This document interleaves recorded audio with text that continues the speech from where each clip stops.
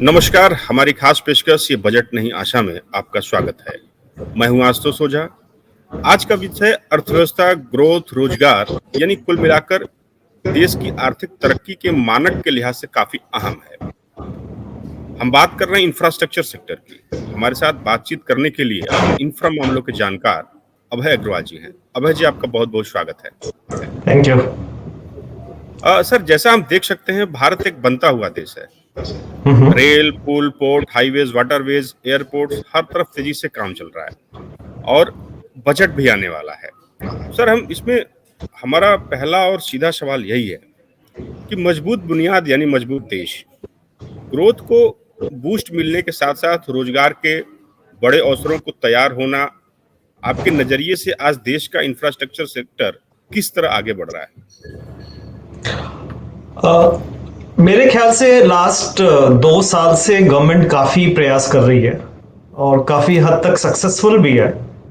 सो अगर आप देखें, एक्सप्रेस वे और नेशनल हाईवे अथॉरिटी काफी तेजी से काम कर रही है और रेलवेज भी काम कर रही है। तो लास्ट ईयर बजट में गवर्नमेंट ने 35% बढ़ाया कैपेक्स आउटले और इस बार अगेन कल जो रेलवे का डिमांड आई है नेक्स्ट ईयर के लिए, तो उन्होंने करीब 33% हाइक मांगा है। तो मुझे लगता है कि सही डायरेक्शन में काम है। गवर्नमेंट ज्यादा एक्सपेंड कर रही है, सरकार, बिकॉज प्राइवेट सेक्टर इन्वेस्टमेंट इतना नहीं आ रहा है।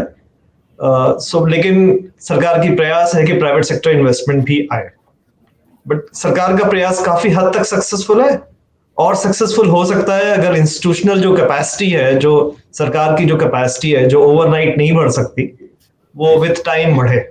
सर, लेकिन आजकल एक देख रहे हैं कि ग्लोबल इकोनॉमी में चैलेंजेज है।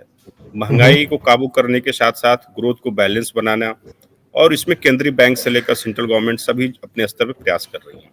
इस पूरे माहौल में जो देश की जो इंफ्रास्ट्रक्चर सेक्टर की रफ्तार है, उस पर कैसे असर हो रहा है और कितना असर हो रहा है? खासकर अगर हम कास्टिंग की बात करें, प्रोजेक्ट के पूरा होने के टाइम को लेकर बात करें, या फिर जो रोजगार जनरेशन होता है उसको लेकर बात करें। देखिए, अगर पैसा खर्च होता है और जो इंफ्रास्ट्रक्चर इन्वेस्टमेंट प्लान है वो आगे बढ़ता है, तो रोजगार तो क्रिएट होती है। क्योंकि इंडिया एक ऐसा देश है जहां पे अभी भी काफी मैनुअल लेबर है और टेक्नोलॉजी इतनी नहीं है। जैसे अगर आप देखें बाकी विकसित देशों में, अगर इंफ्रास्ट्रक्चर इन्वेस्टमेंट की आप दर बढ़ाएं भी, कोई जरूरी नहीं कि उसी स्पीड से जो है वो एम्प्लॉयमेंट बढ़े, बिकॉज काफी हद तक उन्होंने जो है टेक्नोलॉजी का यूज करना शुरू कर दिया, मशीनरी का यूज करना शुरू कर दिया। भारत में ऐसा नहीं है।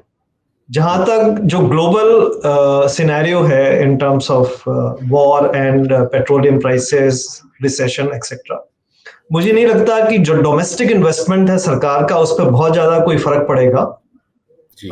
ये हो सकता है कि जो जो कॉस्ट प्लान है उससे कहीं ज्यादा गवर्नमेंट को लगाना पड़े, बिकॉज ऑफ पेट्रोल प्राइसेस से सभी कुछ अफेक्टेड होता है। अच्छा सर, आपने पहले जैसे बताया कि पिछले बजट में 35% जो हमारा कैपिटल एक्सपेंडिचर का आउटले बढ़ाया सरकार ने, तकरीबन 7.5 लाख करोड़ किया गया था। अब हम अगला बजट आ रहा है, तो आपको क्या लगता है कि अभी के जिस तरह के हालात हैं, सरकार ये अपना एक्सपेंडिचर का जो आउटले है उसका जो सिलसिला है वो इसी तरह का रखेगी, या फिर उसमें कुछ बदलाव भी देखने को मिल सकते हैं? देखिए, जो अभी देश के सामने जो मेन समस्या है वो इन्फ्लेशन की है। जी। और जो एफडीआई होता है और जो इंफ्रास्ट्रक्चर में जो इन्वेस्टमेंट होता है वो धीरे धीरे होता है और एम्प्लॉयमेंट जनरेटिंग होता है। उसका इन्फ्लेशनरी प्रेशर ना के बराबर होता है या कम होता है एज कंपेयर टू अगर आप डायरेक्ट पैसा दें लोगों को या सब्सिडीज बढ़ाएं। तो मुझे लगता है कि सरकार का जो है वो आउटले वो उतना ही रहेगा, 35% करे, क्योंकि उनको भी मालूम है कि इंस्टीट्यूशनल कैपेसिटी इतनी नहीं है। तो at the end of day, हाँ, इतना अचीव नहीं हो पाएगा। जैसे इन्होंने सरकार को 2 लाख करोड़, स्टेट गवर्नमेंट को 2 लाख करोड़ दिया।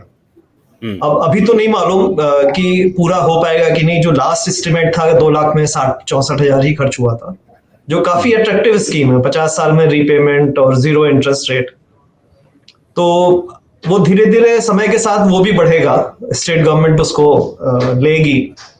और हम्म, दो तीन जो समस्या है कि जैसे मान लीजिए रेलवेज है। अब लगता है कि जी। रेलवे ने थोड़ा बहुत तो ओवरकम किया है, उनके पास काफी इन्वेस्टमेंट प्लान भी है, तभी वो 33% इंक्रीज मांग रहे हैं कैपिटल आउटले में। हम्म, हाईवे में गडकरी साहब तो हमेशा ऐसा ही बहुत एक्टिव रहे हैं, तो एक्सप्रेसवेज प्लान है, रोड्स प्लान है।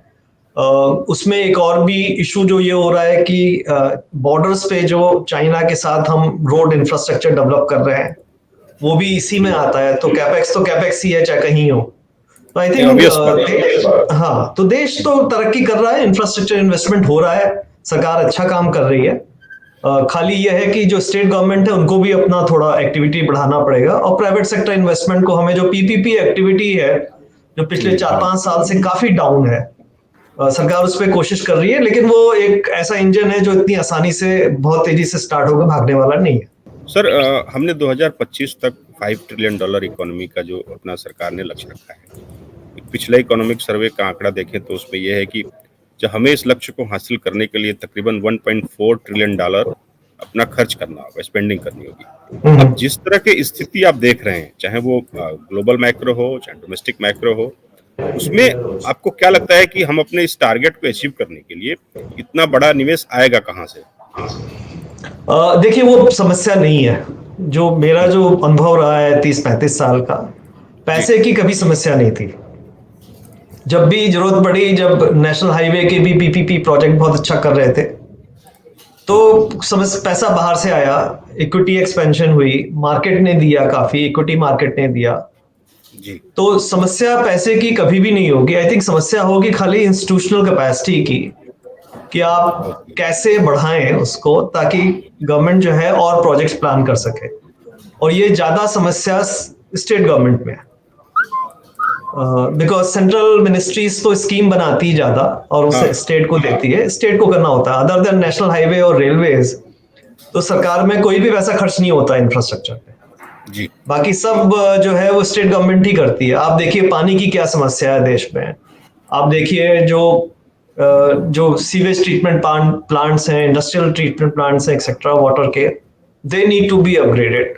हमें रिवर लिंकिंग के प्रोजेक्ट्स हैं हमारे पास, उनको हम्म, करना है, ताकि साउथ में भी एक रिवर लिंकिंग प्रोजेक्ट है जिसमें काफी पानी की समस्या है कई डिस्ट्रिक्ट में।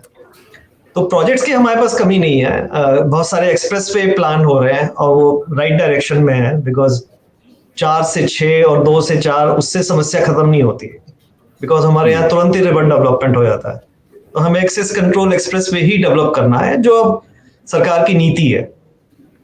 तो पैसा खर्च करने की प्रॉब्लम नहीं है, प्रॉब्लम है पैसा मार्केट में या कहीं भी कोई दिक्कत नहीं है, चाहे ग्लोबल सिनेरियो अच्छा हो या खराब। हम आपसे एक सिंपल ये बात समझना चाहते हैं कि आने वाले समय में आप जो हमारा इंफ्रास्ट्रक्चर है, उसकी ग्रोथ को किस तरह देख रहे हैं? और क्या ये जो हम अभी, क्योंकि सबसे बड़ा चैलेंज एक जॉब जनरेशन को भी है, तो इस दिशा में कितने मौके बनते हुए दिख रहे हैं आपको? और बजट से उसको कितना बूस्ट मिल सकता है?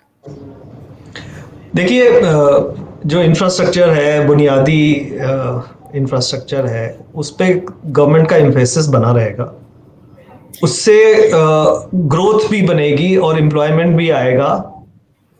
और जो दूसरा बड़ा सेक्टर है वो सर्विस सेक्टर है।